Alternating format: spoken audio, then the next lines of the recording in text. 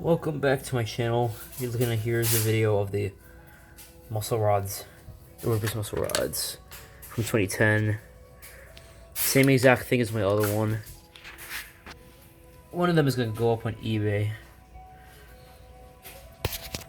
This one I found at Goodwill.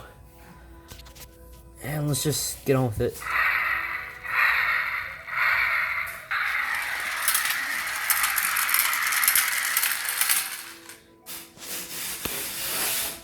The motor needs to be oiled and the gears need to be greased because it's getting pretty dry in there.